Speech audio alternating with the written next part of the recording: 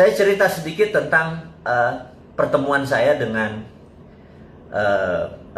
Bill Gates. Jadi saya mau mengingatkan bahwa saya ini dreamer, saya ini pemimpi.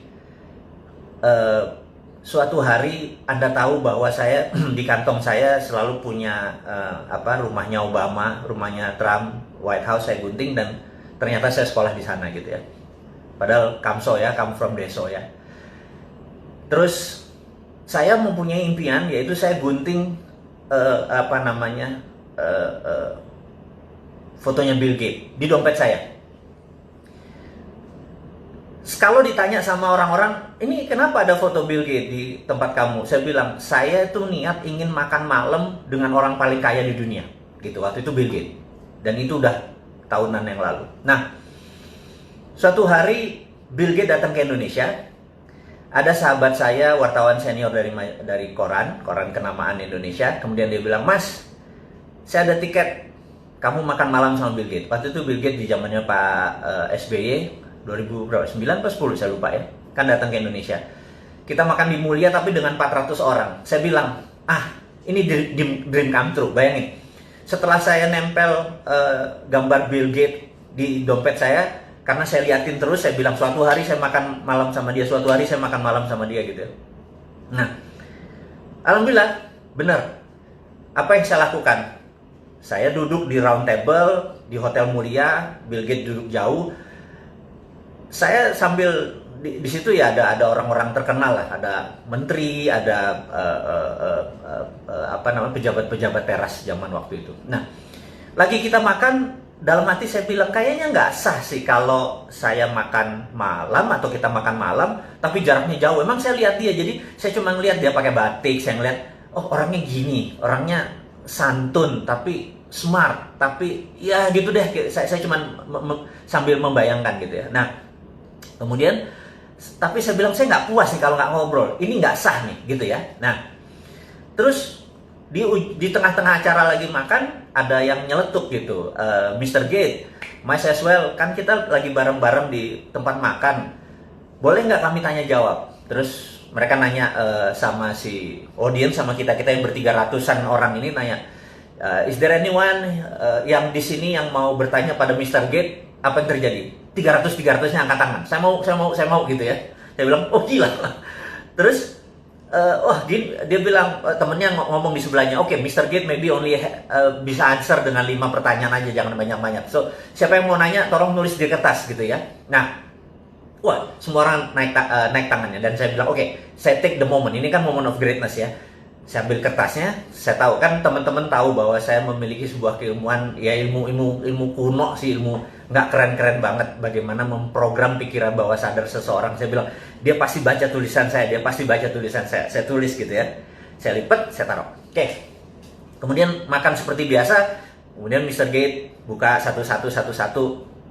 Terus udah selesai makan nih, terus gimana? Ada yang mau nanya? Terus dia bilang, oke. Saya udah pilih beberapa katanya. Terus who is, dia sebut sebuah nama gitu ya. Dia bertanya apa rencana Bill Gates di Indonesia. Terus Bill Gates cerita, kami akan berencana membuat laptop komputer murah di bawah $100 supaya orang bisa ini dan terkoneksi dengan sistem dan sebagainya. Cita-cita mulia lah, CCM lah gitu ya. Kemudian pertanyaan kedua, who is, dia sebutin seorang menteri gitu ya, kayaknya dipesen ya. Oke, menteri ini bertanya ini, seorang ibu menteri. Dia cerita. Kemudian dia break lagi. Terus lama berhenti di satu kertas, terus I don't like it. Terus dia taruh, tapi kan mic-nya masih kedengeran kan, mic-nya di sini. Terus ditaruh, dia bilang terus dia nyari question, pertanyaan yang menurut dia oke, gimmick kayak kecil-kecil. Udah 4 pertanyaan. Dia bilang oke, the last pertanyaan terakhir, the last question katanya gitu. Terus diangkat satu kertas. Gitu ya. Terus orang sebelahnya bilang, what is this? I don't know, I don't like the question gitu ya. Ini kata-katanya dia nih. Terus saya udah tahu nih, jangan-jangan gue, bener ya itu ya. Terus apa yang terjadi? Well, I would like to know this gentleman. Terus karena dia ngomong-ngomong itu, orang-orang bilang udah, lu udah kayak gitu, lu baca aja lah itu pertanyaannya gitu ya. Jadi cair suasana. Terus dia bilang, well anyway, I don't like the question. Jadi dia ngomong sama orang sebelahnya gitu. Anyway, lu udah brought up anyway katanya. Terus apa yang dilakukan? Who is a Mardikuwo? wah udah kayak orang Polandia saya berdiri. 300 orang nengok ke kita jadi kayak kecil. Saya bilang, gila, gitu ya. Terus dia natap saya, dia bilang, so you, kenapa lu nanya ini gitu ya? Oke. Dia ngomong, I don't think the world is ready, kata dia. Tuh orang nanya, lu ngomong apa sih? Kan mereka nggak tahu. Mereka pertanyaan adalah, what was the question? Orang ini nanya apa sih sampai lu nggak ready gitu? Tahu nggak apa yang saya tulis? Dan Mr. Gates bacakan. Dia bilang begini.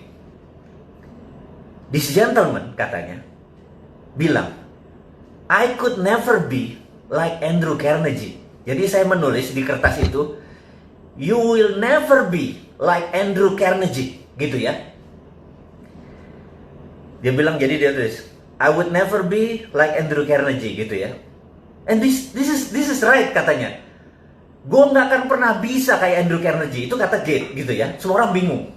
Ini komunikasinya apa gitu? Anda tahu apa yang dilakukan Mr. Gates? Bill Gates membuka dompetnya, kemudian dia kasih potret gambar kayak foto saya itu. Dia bilang, sih, fotonya Andrew Carnegie ada di dompet gue, katanya. Saya juga kaget. Dan you are right, I would never be like him. Terus, oke, saya ceritakan dulu kenapanya gitu ya. Saya mengidolakan Bill Gates mengidolakan Andrew Carnegie. Jadi saya tuh waktu itu berpikir, dalam hidup seseorang pasti punya punya drive yang membuat dia menjadi segitu powerful seperti sekarang. Dan pasti ada role model. Dan saya lihat dia, Bill and Melinda Gates ini, kalau pendapatan dia $60 billion, $20 billion ada di Bill and Melinda Gates. Jadi dia berzakat itu 30-40% gitu ya. Mungkin 30% lah atau 20% dari income-nya masuk ke Bill and Melinda Gates Foundation. Karena Bill and Melinda Gates Foundation duitnya lebih dari $18 billion.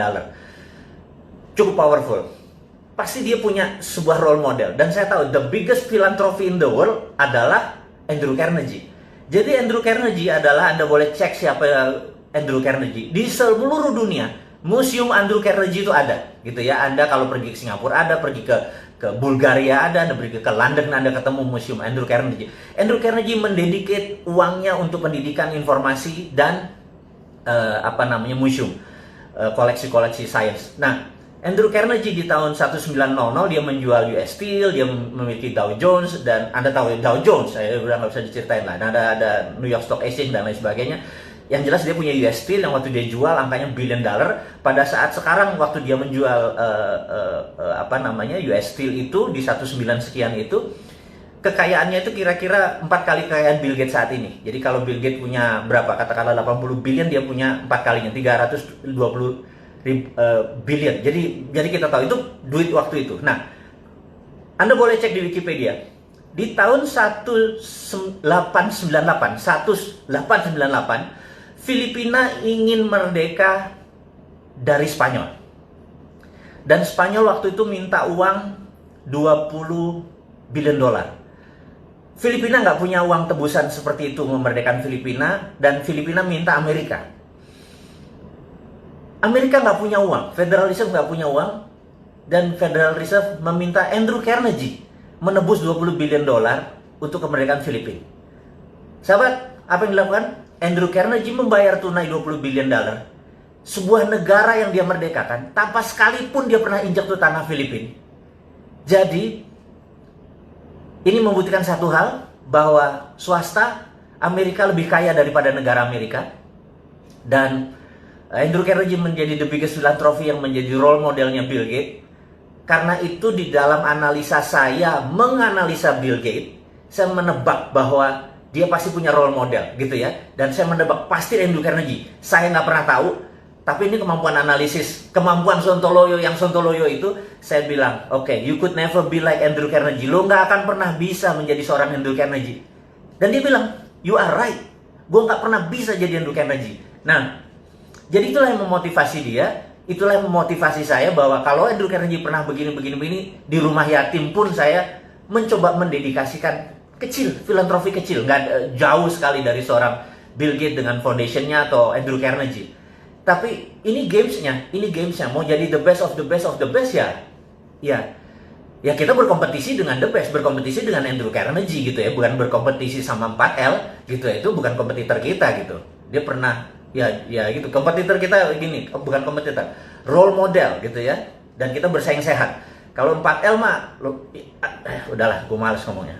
Anyway, teman-teman, ini hanya membuktikan bahwa swasta itu lebih powerful daripada negara Amerika. Nah, kita tahu setelah Perang Dunia Kedua, Amerika baru menggunakan printing money dengan New Deal-nya, akhirnya negara Amerika lebih kaya dari swastanya. Jadi, sahabat semua, saya cuma mengingatkan bahwa swasta Amerika tuh berkompetisinya sama negara Amerika, gitu ya. Karena itu di sana kalau sekolah tuh ada dua, sekolah Ivy League, ada Cornell, ada Columbia, ada Harvard, MIT dan lain sebagainya. Begitu lulus biasanya menjadi anteknya globalis di Wall Street atau menjadi globalis. Kalau mereka belajar di non seperti di Illinois University, apapun lah, Chicago juga nggak nyampe, ini mereka ini paling jadinya pegawai World Bank, IMF atau bankers gitu ya. Anda harus mengingatkan ini dua ini. Nah, Wall Street ini saat ini menguasai mungkin 60% kekayaan dunia. Jadi Tencent di situ, Alibaba di situ gitu ya. Ini kita mau melihat how the world work, bagaimana cara dunia bekerja. Jadi Anda paham apa yang terjadi. Nah, sewaktu Trump menyatakan akan menutup Wall Street, itu dia mengancam globalis sebenarnya, supaya lu jangan sama Demokrat, lu sama gua gitu ya. Nah, kita itu skenarionya. Nah, kita balik ke China saat ini. Akankah terjadi perang di Laut Cina Selatan? Gitu. Resikonya adalah pantai timurnya Cina rata, tentara Amerika habis, gitu ya. Menurut saya, Xi Jinping adalah pedagang, Trump adalah pedagang. Menurut saya tidak perang. Ingat, walaupun tidak perang, Indonesia harus ambil posisi. Saya tadi pernah, kemarin saya pernah bilang, ada tanya 4L apa gitu ya. Ya habis pundak, lutut, apa 4L-nya? Ya lanjutin gitu ya. Oke. Jadi saya menyatakan bahwa Indonesia saat ini tidak ngambil posisi, dan itu salah. Harusnya Indonesia ngambil posisi bela Cina, bela Amerika. Itu bedanya. Jadi jangan stand alone gitu ya. Kita harus ngambil dua-duanya. Jadi ngambil Amerika, ngambil Cina dengan choking point. Saya ulangi lagi, choking point adalah Selat Malaka yang paling sempit, di mana waktu dulu Sriwijaya, Hang Tuah, Hang Nadim segala macam menguasai selat ini, Indonesia berjaya secara maritim. Hampir 600 tahun kita berjaya secara maritim. Dan choking point saat ini lost control. Kata kita tidak mengontrol choking point. Kalau saya jadi pemerintah Indonesia saat ini, choking point-nya diminta Cina sama diminta Amerika, jawabannya adalah yes. Saya kasih ke Amerika, kalau Amerika memberikan saya 5 tahun pinjaman IMF tanpa bunga, saya minta list yang nggak mungkin Amerika tentuin. Sama Cina juga sama. Yes, saya akan kasih Cina, tapi Cina harus utang di Indonesia dan kewajiban di Indonesia semuanya dinolin lagi dan lain sebagainya. Kasih semua sebuah penawaran yang mereka nggak mungkin bisa penuhi, tetapi di situ terlihat bahwa kita punya standpoint. Jadi Amerika dan Cina lihat kita punya standpoint. Gue di belakang lo kalau, gue di belakang lo kalau gitu ya. Tapi kalau sekarang kita menarik diri, begitu Amerika sama Cina terjadi consolidate, berdamai, apa yang terjadi? Partai Demokrat bingung, dan globalis nempel ke Trump. Sekali lagi, ini dunia selalu kayak gitu, globalis nempel ke Trump. Begitu globalis nempel ke Trump, Cina bermain dengan Cina, mereka nengok ke Indonesia. Lo goceng, lo nggak fair. Lo sekarang mau ambil untungnya doang. Jadi waktu Amerika menjanjikan mau buat pabrik di Indonesia cuma 34, itu dia tidak dari pemerintah Amerika, itu dari globalisnya. Sabar, kita harus paham sekali ya. Anda harus tahu kapan Trump ngomong. Jadi Anda harus tahu, negara Amerika itu tidak pernah berubah misi dan visinya. Ingin menjadi polisi dunia dan mengontrol 60% kekayaan dunia. Itu nggak pernah berubah. Waktu Partai Republik yang jadi atau Demokrat yang jadi, caranya mereka berbeda. Republik suka perang, Demokrat pakai economic trap. Ini pakai military trap. Ujung-ujungnya sama, bajingan juga itu, gitu ya. Nah, Cina, state mission country-nya nggak pernah berubah, gitu ya. Mau presidennya Xi Jinping, mau dulu Li Peng, mau dulu Deng Xiaoping, sama gitu ya. Nah, saya mau ingatkan, ini key point yang sahabat semua saya mau buka saat ini. Reagan dengan Deng Xiaoping pernah berjabat tangan. Ingat nih ya, saya ulangi lagi. Deng Xiaoping dan Reagan pernah jabat tangan yang menyatakan 40 tahun lagi Cina harus menjadi negara demokrasi, dan itu disetujui oleh Deng Xiaoping. Dengan demikian, tahun itu harusnya tahun 2020 ini Cina harus menjadi negara demokrasi. Demokrasi itu bukan berarti kayak Indonesia sekarang, populer vote, bukan. Tapi pemilihan kepala daerahnya sudah pemilihan langsung. Tapi pemilihan partai komunis Cinanya tetap. Cina adalah single party country. Cina adalah negara dengan satu partai. Dan di dunia ini ada 7 negara yang single party. Seperti Meksiko juga single party. Jadi Anda jangan kaget-kaget ya kayak gini. Pelajaran-pelajaran geopolitik, geostrategi ini. Anggap aja ini lagi Lemhanas, Anda nggak usah ikut 9 bulan Lemhanas, cukup dengerin Bosman ngomong, Anda udah ikut Lemhanas gitu ya. Nah, sampai mana tadi gue lupa. Oh, dia salaman sama Deng Xiaoping, jadi 2020 ini. Tetapi Xi Jinping punya agenda lain. Jadi Reagan, balik lagi Reagan. Trump saat ini ingin menghukum Xi Jinping untuk mengingatkan, dulu bapak negara lo yang namanya Deng Xiaoping itu sepakat sama Reagan untuk menjadi democratic country. Lo inget ya? Nah, lo membangkang nih ya gitu. Jadi ini ada sejarahnya, bukan sekedar trade war. Jadi kalau yang naif tuh bilang, oh ini perang dagang, nggak apa-apa kok, nggak ganggu kita gitu ya. Kebanyakan baca Shinchan sih, jadi gerah gua kadang-kadang gitu. Nah, kita harus tahu bahwa ini ada sejarah. Nah, jadi si Trump ini punya postur adalah, lo mau jadi democratic country lagi nggak? Kalau nggak, Hongkong gue gerakin nih, gitu ya. Dia punya tombol-tombolnya. Jadi mereka ini 2 perang. Sekali lagi, 2 perang. Kalau kita nggak ngerti, toto kita terpecah 3 aja kayak Ghost Fleet. Anda tahu bukunya Ghost Fleet yang dibaca oleh Prabowo, yang tulisannya Peter Senge, seorang analisnya CIA. Kalau protokolnya Ghost Fleet dibaca kayak Balkan, Indonesia pecah 3 beneran nanti, gitu ya. Nanti kita bahas di minggu depan tentang Ghost Fleet. Sekarang jam piro itu? Oh, udah 40 menit loh. Gak bayar dulur-dulur ini. Kasih 40 menit ilmu, minta nambah lagi ya gitu ya. Oke teman-teman. Jadi dengan adanya perang tadi sebenarnya ada sejarahnya. Karena itu Reagan memanggil 8 orang yang masih hidup dari 13 warrior ini untuk pengen tahu dulu tuh rencana lo apa sih dengan China, karena dengan Soviet kan sudah jelas, dengan China dia kasih ingat bahwa Deng Xiaoping dulu pernah shake hand. Nah, karena itu saya dalam tulisan saya di video 2030, tahun 2030 Cina adalah the biggest democratic country in the world. Bayangin, dengan 1,7 billion atau 1,7 miliar manusianya dia menjadi demokratik. Pemilihan daerahnya nanti akan, jadi sekali lagi saya mau ingatkan, Cina akan menjadi loose.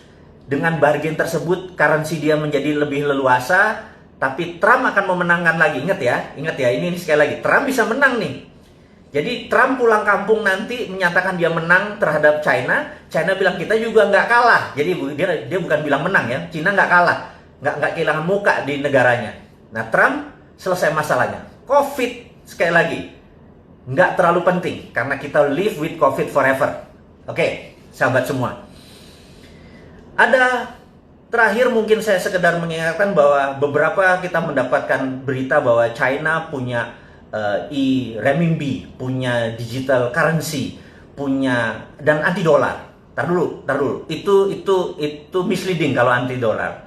Dia memainkannya di dalam negeri. Sekali lagi, dia memainkannya di dalam negeri. Dan kita juga nggak mau kalah dong. Kita kan dari dulu juga sudah bilang bahwa kalau kita ini kan Sontoloyo Warni, kita ini kan bukan heavy on government, kita kan heavy on private, bener ya?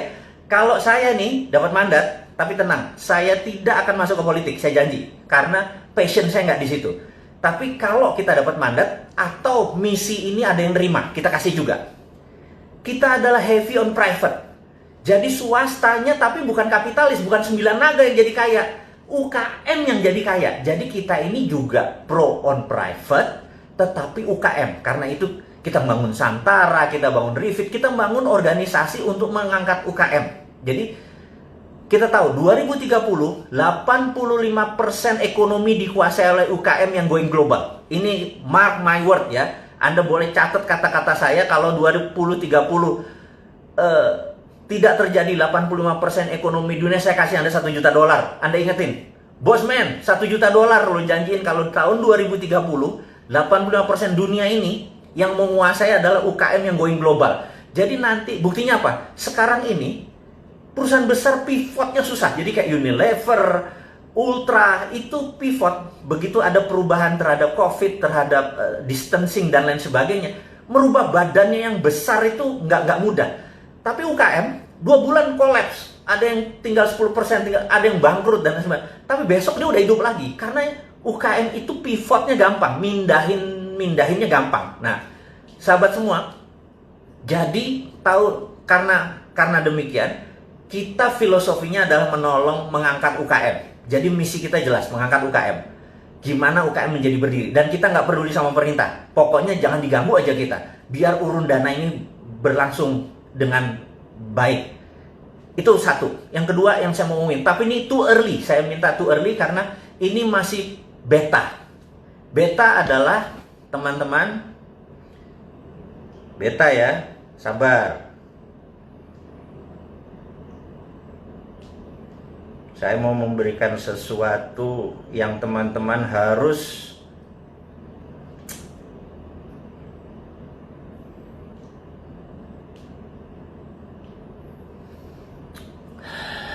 kebalik ya. Kalau kebalik nanti kita akan kasih. Oh, kebacanya kebalik ya. Oke. Tanggal 20 bulan Mei 2020 jam 20, saya atau kita bersama-sama sahabat semua akan meluncurkan yang namanya Dinaran. Dinaran adalah cara pembayaran rupiah Anda. Setiap Anda masukkan rupiah, ada emas senilai rupiah Anda. Jadi kalau emas naik, rupiahnya naik. Dan setiap Anda belanjakan pakai ATM tadi, dimanapun, turun 1 juta, ya gramasinya ikut turun. Jadi untuk pertama kali dalam sejarah dunia, rupiah Anda punya underlying emas. Dan inilah menjadi terobosan. Ini sudah ada persetujuan dari semuanya, sudah akan diluncurkan.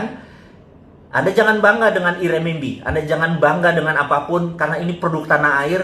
Ini membuat emas Anda nggak ada rupiah Anda tidak ada inflasinya, gitu ya. Kita buka di dinaran.id, itu cuma landing page, belum bisa buat transaksi. Nanti transaksinya ada di apps. Tapi Anda sudah boleh lihat bahwa kita nggak ada matinya sebagai pengusaha, nggak ada matinya sebagai putra bangsa untuk mengangkat derajat bangsa ini. Kita nggak peduli sama pemerintah miring ke Cina, miring ke Amerika, kita nggak peduli. Yang kita peduliin adalah dia harusnya miring ke Indonesia, miring ke putra bangsa, nggak usah terpesona dengan asing-asing itu. Dan berani nggak dia, Dinaran ini, aplikasi kita ini, dipromosikan supaya mulai sekarang kita udah nggak terpikir tentang inflasi, bahkan nggak terpikir ada riba karena harus taruh bunga di deposito supaya inflasi. Ya kan, kalau Anda punya 1 miliar, Anda taruh deposito 5% bunganya, itu untuk cover inflasi kan. Stop, gunakan itu semua, pakai jaminan underlying emas. Tapi ini bukan sekedar jual beli emas. Ini adalah rupiah Anda masukin seperti halnya ATM. Anda punya duit 10 juta, masukin ke ATM, bener nggak? Nah, cuman kalau ATM kan nggak punya apa-apa. Sekarang Anda punya emas senilai menjamin tadi. Waktu Anda belanja 1 juta, ya emasnya turun. Anda diemin aja, harga emas naik, ikut naik. Itu bedanya. Dan sekali lagi, ini akan diluncurkan tanggal 20 Mei tahun 2020 ini, hari Selasa ini, jam 20.00. Kenapa? Karena 20 Mei adalah hari kebangkitan nasional. Dan itu juga merupakan di bulan suci Ramadan, di mana kita ini harus sudah masanya berdaulat. Jangan sekali lagi pernah bangga dengan negara lain, banggalah dengan karya putra bangsa sendiri. Saya minta sahabat untuk mempelajari, melihat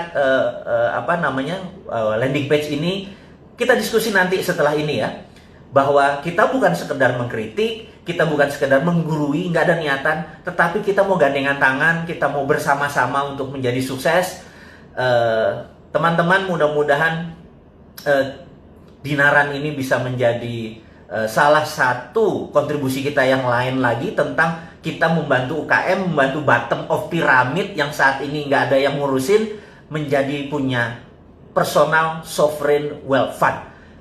Negara punya sovereign wealth fund, yaitu aset-aset kita yang namanya nikel, yang saat ini sama RUU undang-undang minerba akhirnya diangkut dengan rare earth-nya sekalian, dengan uraniumnya, dengan kobalnya segala macam itu diangkut. Sementara harusnya itu kalau kita nih jadi terima mandat, stop semua pertambangan dan penambangan itu jadiin SWF, sovereign wealth fund. Sama seperti yang rupiah tadi. Ya udahlah, daripada negara masih terlalu sibuk, yang pejabatnya masih memikirkan kantongnya dia, mungkin 7 turunan dia masih kurang cukup uangnya.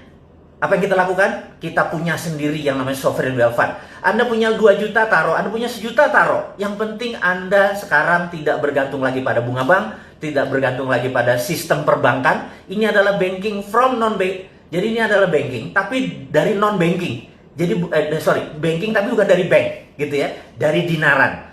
Ini breakthrough, ini mengagetkan banyak teman-teman di dunia OJK dan BI. Tapi ini adalah untuk kita semua, gitu. Ini adalah karya anak bangsa.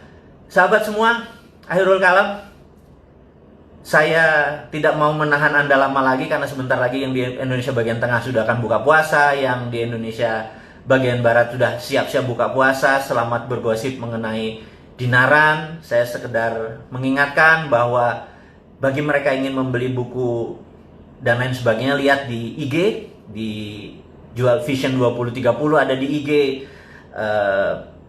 Road to Billionaire ada di IG, dan dinaran.id Anda pelajari landing page-nya, bukan untuk transaksi, tapi tanggal 20 bulan Mei 2020 jam 8 malam setelah habis taraweh, kalau bisa Anda lihat apa yang akan kami luncurkan, akan kita luncurkan. Ini milik kita bersama, bukan milik saya, ini milik Anda semua. Toh harta-harta Anda, emas-emas Anda juga. Saya cuma membuat sistem yang membuat kita ke depan menjadi berdaulat. Sahabat semua, terima kasih atas perjumpaan hari ini. Sukses buat Anda semua.